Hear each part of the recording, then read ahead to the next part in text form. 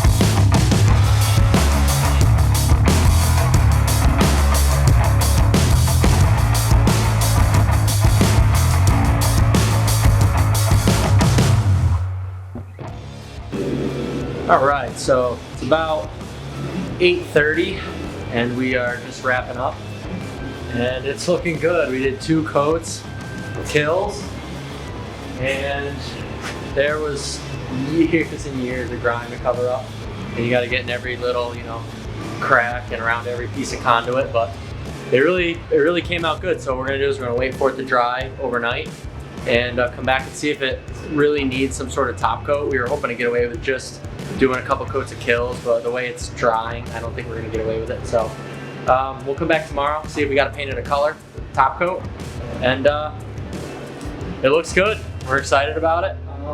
Let you know tomorrow.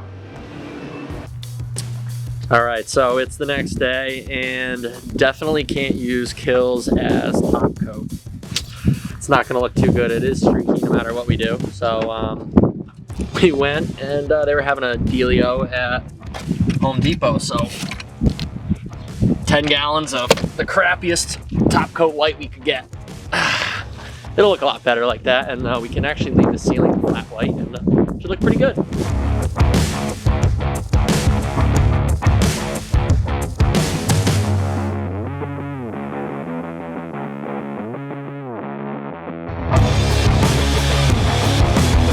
Alright, it's about 1 a.m. We are finally finished up with the top coat, semi-gloss, cheap white, and it looks much better. So we're pretty happy with committing to doing a top coat. We're going to let it dry overnight, come back and see if there's any spots that we got to touch up. But other than that, we're pretty much ready to commit to putting everything back and getting more lights up and keep going with the ceiling. Subscribe to the YouTube channel, Retroformance Film Lab, to keep up with the progress.